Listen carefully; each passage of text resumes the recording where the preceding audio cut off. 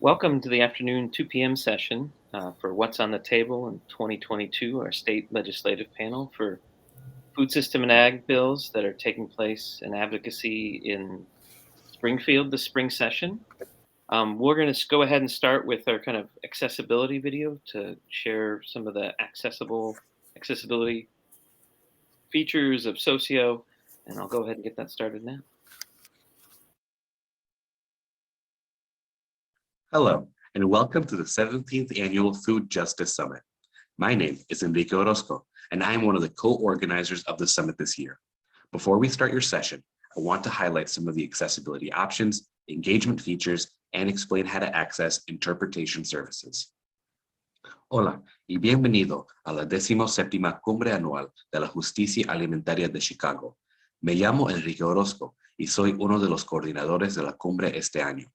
Antes de empezar, quiero tomar un momento para indicar las opciones de accesibilidad, las herramientas de participación y los servicios de interpretación.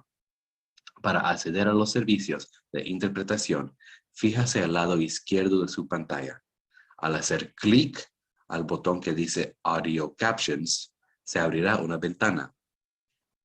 Haga clic en Select y luego elige el lenguaje de su preferencia, inglés o español. Comenzarás automáticamente a escuchar al intérprete. Para acceder a los servicios de subtítulo, elige el botón que indique CC. Se tiene que elegir una de estas opciones. Para escuchar a los presentadores, elige la opción Floor. Se puede cerrar esta ventana. Finalmente, deberás silenciar el video principal para no escuchar a los presentadores e intérpretes. Estas opciones también se pueden encontrar al lado derecho de su pantalla, bajo la pestaña que dice Interpretación. To access interpretation services, look at the left side of your screen. By clicking on the Audio Captions button, you will open a window. Click on Select and then choose which language you would like to hear, English or Spanish. You will automatically begin to hear the interpreter. To turn on closed captioning, click on the CC button. You will need to select one of these options. To hear the original speakers, select the floor option. You may close this window. Finally, you will need to mute the main video in order to not hear the original speakers and interpreters. These features can also be found on the right side of your screen under the Interpretation tab. The platform also offers a number of visual accessibility tools. To find them, click on the profile image at the bottom of your screen, and then select Accessibility Adjustments. You can also change the language of the window through this pop-up. Under these accessibility adjustments, you can select different options to make the website easier to read. We welcome you to participate in the conversation through the chat window. Clicking again on the Chat tab on the right side will open up this screen. Select the box at the beginning to begin typing into the chat. At the end of the session, we will open for a brief question and answer portion, and you may type your questions here. Afterwards, I invite you to open the polling tab to answer a very short survey that lets our team know how well we did in planning these sessions. I hope you enjoy the 17th Annual Chicago Food Justice Summit. I will now turn it over to your speakers.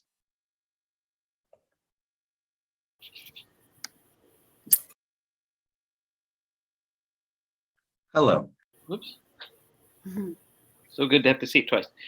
Roger Cooley with the Chicago Food Policy Action Council, starting the session for What's on the Table at Springfield this spring. So I wanted to hand it off to our esteemed panelists. Thank you so much, Roger. Hi, everyone. Welcome. My name is Molly Pickering. I am the Deputy Director for Illinois Stewardship Alliance. I'm joined here today with two other great panelists. But before we get started, just a little housekeeping stuff. We're going to be using the chat. My colleague Kathleen is going to be dropping some links in the chat so you can learn some more information about some of the bills and legislation that we're talking about today. And also, if you want, you can take action on some of those things right away. And then also you can ask questions in the chat too. Kathleen's going to try her best to answer them, but we'll also have a question and answer period at the end of this session too. So we'll try to get to some questions at the end as well. So with that said, we're going to go ahead and start with introductions. Like I said, I'm Molly. I'm with Illinois Stewardship Alliance. We are a statewide nonprofit organization, and we bring farmers and eaters together to solve problems in the food system. And a lot of times solving those problems looks like changing policy. So we end up working on a lot of legislation to help build more just and regenerative food systems. And I'm going to turn it over to Elliott. Elliott, can you tell us a little bit more about yourself and your organization and what you do there? Yeah, for sure. Thanks, Molly. And thank you, CIFPAC, for having us. My name is Elliott Clay. I am the State Programs Director for Illinois Environmental Council. Our organization really serves as kind of the clearinghouse for all the different environmental advocacy groups in Illinois, big and small. We work really closely with groups like the Sierra Club and the Nature Conservancy, and a lot of names you've probably heard before, but also a lot of local organizations like Little Village Environmental Justice Organization, El Vejo, who I'm sure has been in some of these sessions, and a lot of other folks. And work on a myriad of different issues. The big clean energy bill that passed this last year was one that we worked on very closely. But we're also really interested in agricultural production and the food system, and realizing that all those things kind of, intersect in an environmental way as well, along with having a social impact. So really excited to be here and talk more about the legislation we've got. And again, big thanks to CIFPAC for doing this. We always appreciate being invited and talking and everything. So thanks, and happy to be here. Thanks, Elliott. And we're also excited to have with us today Cecile Johnson. Cecile, would you like to introduce yourself? Yes. Hi, everyone. Greetings. I'm Cecile Johnson, District Director for State Rep Harper, which is District 6 in Illinois. And as her District Director, I oversee the office operations, supervise staff, interact with the public constituents. Many of you have been calling and writing. So when you do, we research and answer your questions, participate at events and meetings, and organize meetings for the rep, schedule appointments and stuff like that. So happy to be here. Hopefully we'll all learn a lot. Thanks so much, Cecile. So I'm going to be serving as kind of the moderator and a panelist today, going for like kind of two roles here. But we're going to start off with the first question for Cecile. So Cecile, our farmer members this year, they told us that one of the main things that they wanted to work on was addressing issues of racial equity in the food system. And we know that some communities are at a disadvantage because of historical or ongoing discrimination, financial disinvestment, and cultural and language barriers. And they were really excited to know that Rep. Harper has been leading the way with legislation to address these issues. So I'm wondering, can you tell us a little bit more about why Rep. Harper cares about these issues and what bills she has introduced this year? Well, Rep. Harper really cares a lot about these issues because she lives in a food desert, right, in Inglewood, and most of South Side and West Side Chicago and other areas where you have minority groups, et cetera, and poor people are usually in food deserts. So she cares a lot about that. She's also cares about it because she's into agriculture, right, as a farmer herself. And so looking at the disparities that have happened in our community actually is a personal thing in that way, right? Working with urban farms and just looking at the outcome as what it has been. So she's leveraging the policy process to transform the food system through the bills that she introduces in the House, and by strategically thinking through the whole process, from looking at it from the food desert issue to monitoring the health outcomes, the changes needed in the law, to creating access to fresh food for food desert communities, to addressing systemic racism that has happened in the past, right? And how that has traditionally disadvantaged certain communities and the Black farmers and other minority farmers. And then to the creation of urban gardens and access to land and access to more grocery stores and food deserts, and addressing the creation of urban farms and getting different state agencies to begin to be accountable to the laws that have actually been passed, right? And meeting with them and having them document what has been done to implement the laws and how it's meeting her constituents' needs. So I think what the state rep is doing is a whole system approach, not just trying to put a little Band-Aid on it, but actually looking at a way that we can have long-term solutions sustainable solutions that are inclusive for all of our populations.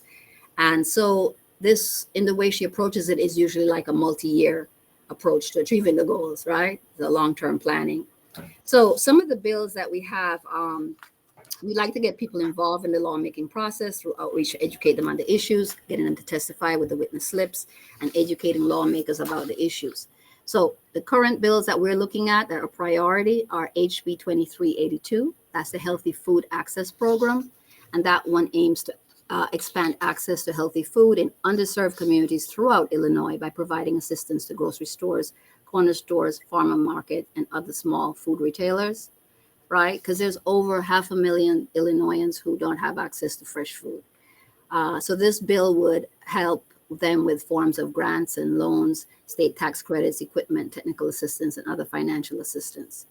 The next bill is HB 3089, which is the Local Farm and Food Products. And that one provides that the goal of the state is that at least 20% of all food and food products purchased by the state agencies and state-owned facilities shall be local farm or food products produced by socially disadvantaged farmers. That's going to be very big on that. And the next one is HB 3501, which is the Black Farmer Restoration Act, but I'm going to talk a little bit more about that later. And then HB 5201, which is the Agricultural Equity Commission. And this commission is going to include members of the General Assembly, directors of state agencies, and other stakeholders. And it's going to provide an annual report. That's the accountability piece, right? It's going to have policy solutions, recommendations, and other relevant matters related to the issue that minority farmers face in Illinois. That is an amazing lineup of bills. Thank you so much for sharing that, Cecile. I'm also was glad to hear you mention that only half the battle is passing a bill. The other half is making sure it's implemented correctly. And that's something that we've definitely learned a lot about in the last couple of years with some of the bills that we've worked on. Just getting, the work is never done. Getting the bill passed is only part of that piece, and still have to be able to hold people accountable to making sure that that law is actually implemented the way you want it to be implemented. So Cecile, I'm just going to keep jumping up on this, on some of the stuff that you were talking about here. So you had mentioned the Black Farmer Restoration Act. Can you tell us more about that bill and what it could mean for Black farmers? I know that there was recently a listening session that was held around this bill. So anything you can tell us more about, what happened in that listening session and what's happening with that bill? Okay. We were really excited on February 4th with the help of the Illinois Stewardship Alliance. We had 92 people on board, registered and participated in this listening session. And many of the people who spoke were actual farmers, right? And some of them were urban farmers, some of them were rural farmers, some of them had been around a long time, some of them were people who trained farmers. So we actually got a good feedback from some of them. So what is the HB 3501? So write that down, HB 3501, which is the Black Farmer Restoration Program Act. Let me say a little bit about why it was needed, then I'll tell you what the act does, right? So the Department of Agriculture has a long history of discriminating against Black and Indigenous people of color. This sometimes happened in overt ways, forcing people off their land, subjecting them to hostility and contempt in federal offices, and conspiring with banks and land developers to steal their property. One of the gentlemen at the forum talked about him being in the bank and hearing the person at the place talking about how they're going to give him a hard time to their buddy, right? Didn't know that he was already there. So there are more than 70,000 farms in Illinois, but USDA data shows less than 200 principal operators are Black, right? So 70,000 farms and only 200. By 1910, African Americans made up about 14% of US farmers, owning about 16 to 19 million acres of land. By 2012, African Americans represented 1.6% of the farming community and owned 3.6 million acres of land. Another study shows that 98% decline in Black farmers between 1920 and 1997. And the average age of most Black farmers is over age 70, right? So this contrasts sharply with an increase in acres owned by white farmers over the same period. And land access is an issue plaguing the Black and other farmers, Indigenous farmers, and the beginning farmers of color. So the average farm value, real estate value for Illinois is $7,400 per acre. That's a lot if you want to, if you're not that well established. So The Farm Conservation Corp is an incredible program that's going to provide young adults aged 18 to 29 from socially disadvantaged groups with the academic, vocational, and social skills necessary to pursue long-term productive careers in farming and ranching. So that's why it's needed. So let's tell you, what does this bill do? This bill creates a Black Farmers Restoration Program.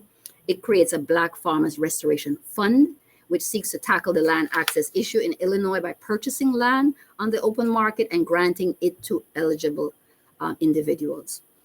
It also establishes the Farm Conservation Corp, and that's to provide the training, right, for socially disadvantaged residents. And it establishes an equity commission, and the commission purpose is to study historical and continued discrimination by the department. So what it does not do is it does not take any farmland away from established farmers. So nobody needs to get upset about anything. Does not prioritize granting land to individuals that have not gone through the eligibility process. There is going to be an eligibility process. And who's going to benefit? Farmers of color that haven't received the same access to information about grants and government programs as their white counterparts have, and young adults from socially disadvantaged backgrounds who will receive training to prepare them for long-term productive careers in agriculture. As you know, agriculture, big money in the state of Illinois, right? We want everyone on board and included. And then the Black farming communities have the potential to be restored, places like Pembroke, etc. So the economic impact of this is it's going to provide opportunities to socially disadvantaged farmers, help diversify the types of farm businesses operating in the state, and create a more resilient and decentralized food supply chain for Illinois. That's going to be helpful to everyone and help to address the food desert issue. And historically underserved communities will also have a new and better opportunity to enter the playing field with established farm and food operations that are vying for public contracts. That's where we had mentioned before about 20%, right?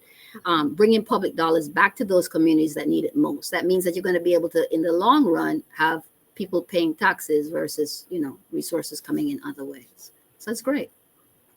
Yeah, it sounds incredibly important. And I believe it got out of committee this past week. So it's moving forward. Yes. And so did the Local Food and Farm Products Act. So that's both those are moving forward. Are there ways that, Cecile, that folks can support these bills and these efforts? If they want to help be a part of the solution? Yes. People can help by one, understanding what the bills are. So the numbers that I've called out, looking them up. And if they have personal stories or they want to be a witness, right, you can go online to the ILGA website, .gov, and, you put in the bill and then click on the bill, and you can do a witness statement, right? The stories that the Black farmers gave us were actually very helpful because they talked about the challenges that they were having in all the traditional ways that we have known. But it was interesting to hear that even programs that we thought would have been easy, for them to go through, they were having a problem with. So get involved, call, and then support. And if you don't live in the 6th district, you live in other areas, ask your representative, right, to support this, and ask even your state senators, because it will have to go that way soon, right? So I want people to just get involved, and then come up with solutions. It's one thing to make laws about a community, but the community has to actually participate in it. So if you have great ideas, share those great ideas with your state reps. Yeah, absolutely. So I know at Illinois Stewardship Alliance, we're working on a couple of action alerts to make it easy for people to contact their legislators and ask them to co-sponsor those bills. So stay tuned for those action alerts. We may work with CIFPAC to get those out to folks after the summit is over. But if you want to make sure that you are getting those action alerts, then you can take easy action. Definitely sign up for our newsletter list, and we will make sure that you have all of the updated information on those bills. And anytime that you can file a witness slip, as Cecile was saying, or ask your legislator to be a co-sponsor, we'll make sure you have kind of the easy steps to do those things. So I think Kathleen's going to drop that newsletter link into the chat. Thank you so much, Cecile. We'll circle back with you, but we're going to move on to Elliott here. All right. Elliott, we've been working with the Environmental Council since forever on issues of water quality, soil health, and climate.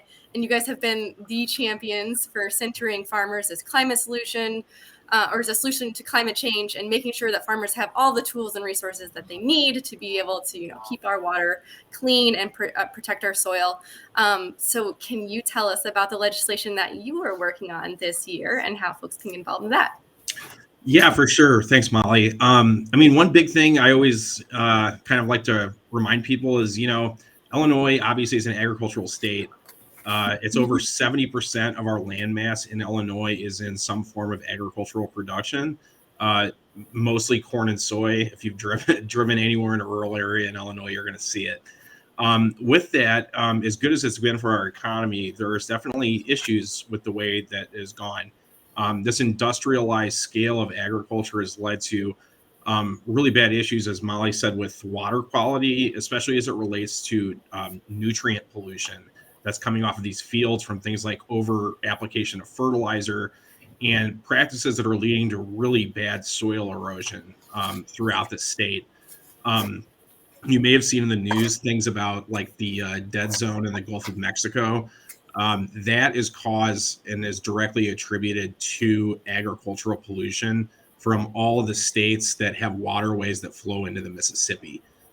So we've really started to think about, what can we do as a state that supports agriculture, but also recognizes that we need to be responsible for what we're doing, because Illinois is great in the sense that we've got some of the most fertile soil really in the world. I mean, it's very incredible when you actually look at it compared to other places.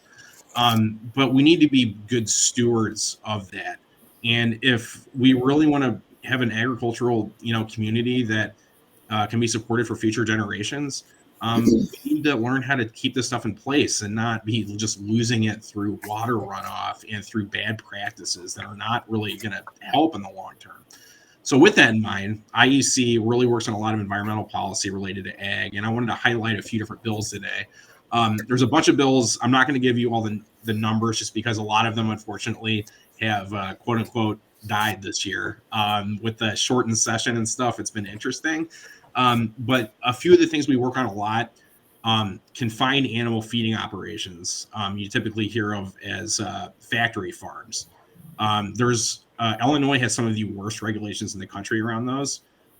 Mainly, the problem with those is the spreading of manure from these facilities on fields is not done in a way currently that is helping keep it in place. It's over applied. Many fields they're getting fertilizer that is not really needed for their crop production at this point. The soil is already pretty good, but the over application of this is just leading to huge runoff. It causes really bad wildlife problems, fish kills in rivers, those kind of things that are really terrible. So we've been working on that for a few years. We also work a lot on pesticide regulation in the state. We had a bill this year that was going to ban the use of Dicamba. This is the main herbicide that is used in soybean production. Unfortunately, this herbicide does not discriminate what it touches. So it has led to huge environmental damage to natural areas in the state that, support the wildlife that we actually need for an agricultural system. You think about the pollinator populations and the declines in those things that have been caused by pesticide and herbicide application. And if those pollinators disappear, the entire food system collapses. So with that in mind, we've been really conscious of what we need to do in order to protect really vulnerable insect, birds, and other flora and fauna that are really needed to support our ag system. But for a couple of bills I wanted to highlight. The Partners for Nutrient Loss Reduction Act. This is Senate Bill 3471 that's sponsored by Senator Villavolon. This will be the first time that our state has not only dedicated money for, but has a program to support nutrient loss reduction is what it's called. In the base terms, it's basically going to be providing money and resources for our state's soil and water conservation districts to educate farmers on the ground about what they can be doing with in-field practices to reduce the amount of fertilizer they have to use, keep the nutrients in their soil, protect their soil from being eroded. I mean, these are the kind of things that not only protect the environment, but can also ultimately help a farmer's bottom line. If they don't have to apply as much fertilizer, if they don't have to get their tractors out in the fields as much, it decreased fertilizer costs, decreased fuel costs, which in turn also reduces CO2 emissions and greenhouse gas emissions from those operations. So there's lots of different ways that this kind of bill can help. Again, that's Senate Bill 3471. We're very excited about that one, and we'll definitely have some action alerts that we can share with CIFPAC afterwards.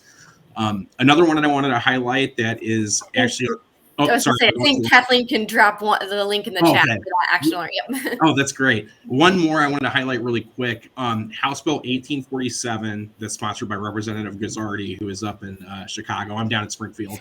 But this bill would ban the use of what's called pre-treated seeds in ethanol production. This is a very important environmental bill because there was a pretty much environmental disaster that took place in Nebraska a couple of years ago, where they had used seeds. It was primarily corn that was treated with pesticides that was intended to be planted, but wasn't. And it was diverted to be made into ethanol. This produced a byproduct that was toxic. It has led to really horrible air and water pollution in the town that it occurred in, and they're still dealing with the ramifications of it now. This bill would ban that practice. Luckily for us, it is not something that's happened in Illinois, but we do not want it to happen. Right now, that bill is teed up to, fingers crossed, get passed out of the House next week. When that happens, it will go to the Senate, and we will likely be looking for witness slips and support for that bill. So keep an eye out from us on that. From there, I think that's the big stuff. One actually I wanted to highlight too. Senate Bill 3721 is sponsored by Representative Villa. This bill is in response to a number of migrant farm workers who were sprayed inadvertently by a passing plane that was applying pesticides on an adjacent field. There were 20 plus people that were exposed, and it resulted in only a $2,500 fine, I believe. It was grossly inadequate for the situation. And we're trying to increase the penalty fees that are associated with that and protect these people that generally, some of them are undocumented. They don't have really good access to legal, protections or resources in order to address things that happen to them. And this is really kind of a human rights thing. I mean, there's been a lot of pushback from industrial agriculture community on this, but the bottom line is that we need to be, favoring the health of human beings over the bottom line of people that make mistakes. And that's something that we want to address in that bill. There's a lot of other things that have been floating out there, but those are the big ones I wanted to highlight now. And yeah, definitely appreciate everybody's help as we get this stuff rolling. Thanks for all of that, Elliott, and for all your work. We also have been partnering with IEC on the Partners for Nutrient Loss Reduction Strategy. I know Kathleen dropped the link in there, but just one thing I wanted to add is, most farmers, they really want to take care of the land. They want to do things right, but it's hard. The conservation practices cost money. They take additional time and resources, and there's kind of if a farmer's changing their practices, there's a risk to that. And there's a period of time where they might lose money, or they might not be able, their land isn't going to be as productive as they learn a new kind of system, a new strategy, and as the land heals. So that all takes money and time and resources. And so the more that we can do to help farmers be able to afford those money and time and resources and have access to that, the better off farmers will be, and the better off we all will be. And so that's kind of what the Partners for Nutrient Loss Reduction Strategy, even though it's a long, funky, weird name, it's a really important bill. Okay, so we have a couple of bills as well on the Illinois Stewardship Alliance lineup. So we've been supporting the racial equity bills introduced by Rep. Harper and the environmental bills introduced by IEC, but we have a couple of local food related bills that I want to bring to your attention today. So the first one is called the Better School Lunches Act. And the problem here is that we have, so just to tell you a story, we have a farmer, Tracy. She lives, her farm is 2 blocks from a school district in Urbana. She grows great fresh, vegetables, carrots, potatoes, tomatoes, all the things that you would want to serve to kids in a school. And she really wants to get these products into the school district that's just 2 blocks away.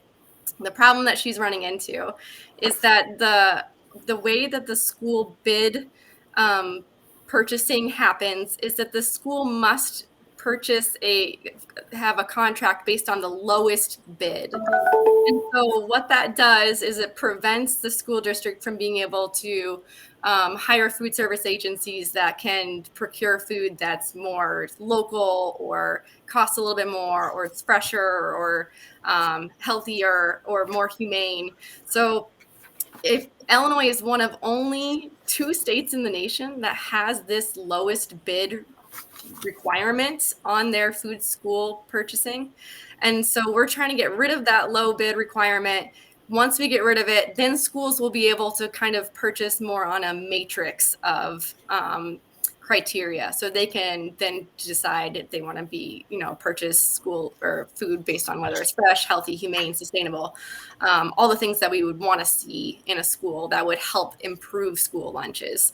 So the name of that bill, again, is the Better School Lunches Act. It's HB 4813.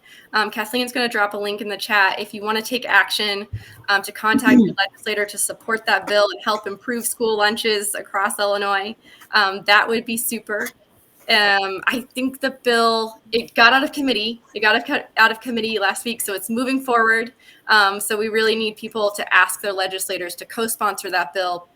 I think it's been a little bit of a challenge getting this bill moving forward. There's been some back and forth and some opposition, but it's really seems like a no-brainer. So as much action as we can get around that bill, move that thing forward, we would really appreciate it.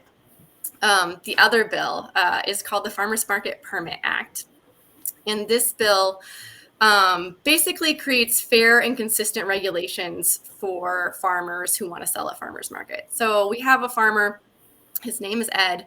He lives in Iroquois County. He's just an hour away from all these great farmers markets. He can go to Bloomington, Kankakee, Champaign.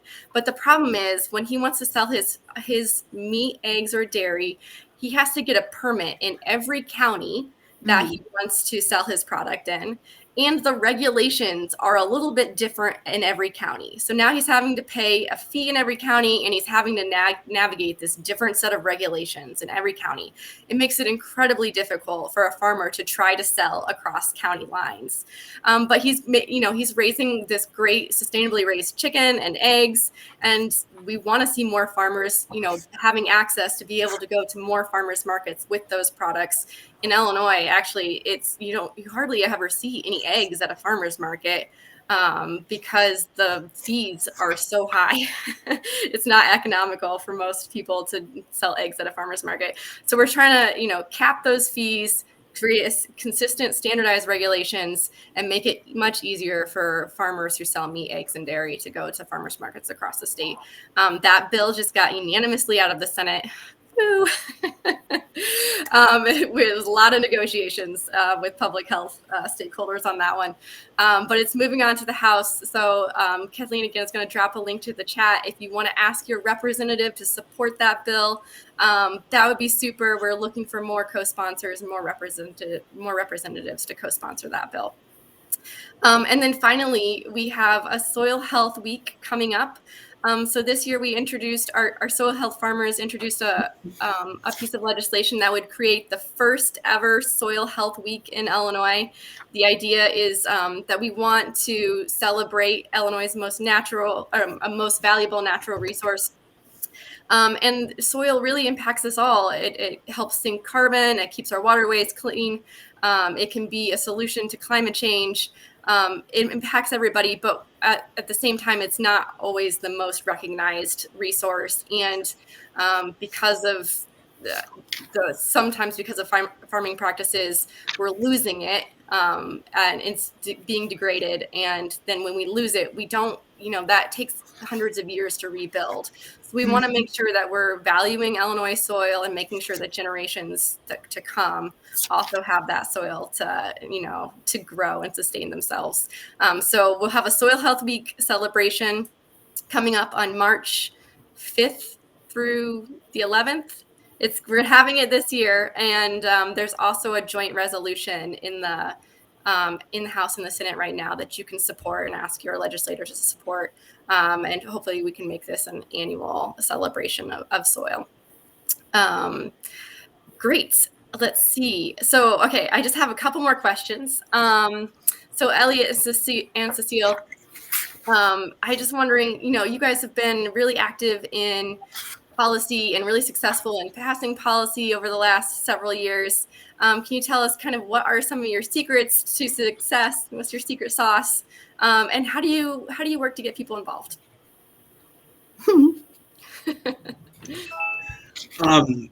I guess I can go first. I mean, one thing that we really try to do as an organization is connect, constituents with their legislators.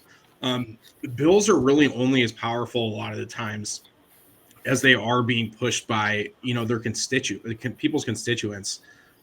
Because an environmental group like us, we can walk into a Capitol and go into an office and say, this is a good bill and you should pass it. But, sometimes just the fact that we are, the Illinois Environmental Council might put off some people.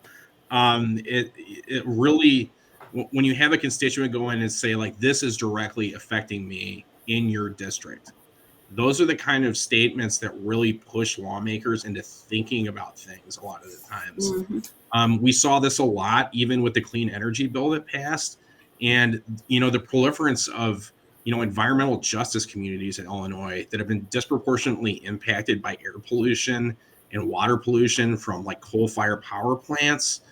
And those are the kind of stories that help push really big, like transformative bills over the line. That's the reason that building power is so important to us. We really want to reach out into communities and be able to share those stories. I think the Stewardship Alliance, to their credit, has also done a great job with that, with all of the cottage food stuff that they've been doing this last year. I mean, the stories from farmers going to farmers markets to try to sell stuff is really impressive. And those are the kind of things that really push stuff over the line. Yeah, thanks, Elliott. Yeah, the cottage food bill, that was a big one last year. And that's the part where we were like, okay, implementation's really important as well. As that bill is rolling out now in January, we're trying to make sure that it's implemented correctly and everybody has the resources they need. Cecile, any thoughts on what you all do? What's your secret sauce and how do you get people involved? Well, Saul Alinsky once said, power goes to two poles, to those who got the money or those who got the people, right? Mm-hmm. So State Rep Harper always says, you either got money or people. So in such a system, it's important for us, for those who do not traditionally have money, to organize people. And we do this through listening to their concerns and how it's impacting them, their health and their communities, encouraging them to be proactive and participating in the creation of what those solutions should look like. All right, calling us, writing us. Speaking up on the food desert issue and how it impacts their health. In Chicago, there's some neighborhoods where there's a 30-year life expectancy gap, right? So people should be concerned. And tying this to the need for access to fresh food. So again, by highlighting ways that they can take advantage of opportunities, because everything that we create needs to be able to, create some opportunities for people. And that's access to land, the training, the technical assistance, and showing them how supporting that bill is really a win-win for everyone, right? And benefits the society as a whole. And by contacting their reps in Springfield and getting involved with your types of organizations, because that's what is needed, right?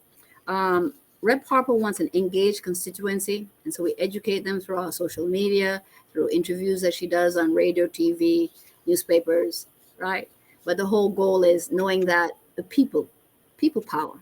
We really believe in people power. So we love when people call us. We love when they write us. We love when they document us. And those stories that you're giving, we love when they tell us their story so that she can speak their story into why we need this bill. Yeah, awesome. We're big believers in people power as well at the Alliance. We kind of have a motto where we say, we want to help people use their voices and their choices, right? So we want to help people use their choice to purchase local and to buy local whenever they can and make that as easy as possible. But we know that we can't buy our way out of a broken food system, because that just relies on people who can afford it to be able to change this food system. But if we want an equitable food system, we have to make it possible that everybody can afford fresh local food. And that's where the voices part comes in. So we try to make it as easy as possible for people to use their voice to change policy and to get involved in the political process. That's my favorite part of working at Illinois Stewardship Alliance, is helping people navigate the political system, because it sometimes can be really challenging, right? People can be, cynical about politics.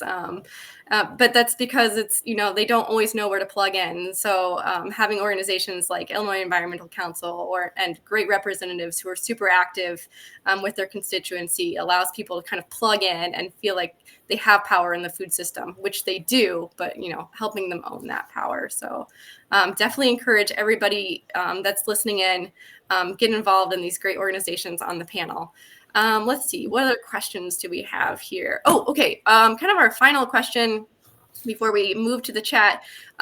We've talked about like really great bills this year and some exciting stuff, but I'm wondering, is there anything on the docket coming down the line for future years that you all are excited to work on? Cecile, you can go ahead if you'd like. I don't know if she's given you a preview yet. No, not yet. We really are focused on those priorities, right? Which is the HB 2382, the Healthy Food Access Program, the HB 3089, which is the local farm and food products, the HB 3501, which is the Black Farmers Restoration, and the HB 5201, Agricultural Equity Commission. And then, as you talked about those, there's one for bees and apiaries also, right? And that is HB 5195, that deals with that issue of the toxic pesticides. So that's where we're at. Whatever does not go through this year, we will certainly be moving it again next year. Right? So, yeah, that's exciting. Is there, are you anticipating some work this summer? Maybe then some opportunities for people to get involved, perhaps? Yes, there's always opportunities for people to get involved. One thing I've noticed with some of our communities is, like you said, they don't understand the process. So we have an outreach person. We'll be doing more outreach in the community and educating them as to what the process is, right? Yeah. So even if a bill is out there, well, you could also do an amendment. So you could come in and do your things, right? So there's so many different ways that I don't think community has really understood. I get a lot of calls, and I'm trying to encourage people that if you don't see a bill that's addressing something that you need, or you don't see a bill that you can help to amend to address something that you need, then you should be helping to write a new bill, right? So, giving us your ideas, thinking it through, and then we have staff that will be able to, cull it and make it into a bill. But giving us your ideas. So that's what we want. We want more public engagement. I love that. I love it when, people could actually be involved in the bill writing process. What about you, Elliott? Anything coming down the pipe? Yeah. To echo what was kind of just said, any of the bills that we had this year that are not moving, we are definitely going to reintroduce. This was kind of a weird session because it's actually sort of too much shorter than it usually is. So we're kind of on kind of a weird timeline, but having said that, one thing we're really excited about, we've been working on this campaign called 30 by 30. The idea behind this is to conserve or protect 30% of land and water really in the world by 2030. But we're trying to figure out in the campaign how that's going to work in Illinois. Because like I said, we're 70% agriculture. A lot of the rest of that percentage that's left there is, paved roads, municipalities, those kind of things. So getting to 30% is hard if you're talking about getting to a natural state. But what we're really interested in seeing is how Illinois can fit into this equation because we are unique as an agricultural state. Along with having 70% ag coverage, we import about 96% of the food that we consume in the state. So we really are trying to think about how we can really incentivize more local food production and decrease the distance between where food is produced and where it's consumed. You've seen a lot of that in bills that have been discussed today, like the low bid procurement bill for schools. Those are the kind of bills that will open up opportunities for local communities to provide food, for their children and stuff in schools, and really cool opportunities like that. Right now, what we're doing and where people can get involved is that we're hosting listening sessions throughout the state on a lot of different topics in 30 by 30. That includes agricultural production, urban farming, equity within conservation. A lot of the times, and Cecile had spoken to this, in open space conservation, for example, it's been, racially discriminatory for years. Pushing people off of land, claiming that it's natural area, and really not taking into account indigenous peoples, people of color, in the planning and development of areas in open space. So we really want to go into communities and figure out, we don't want to be prescriptive with people. We want to figure out what are the problems that folks are seeing on the ground. What can the state do to help alleviate those problems? We don't want to be the ones that dictate the solutions. We want to be the ones that collect the solutions from the people and bring them to the General Assembly. So we expect we will most likely have something that will be in your community that you can get involved with.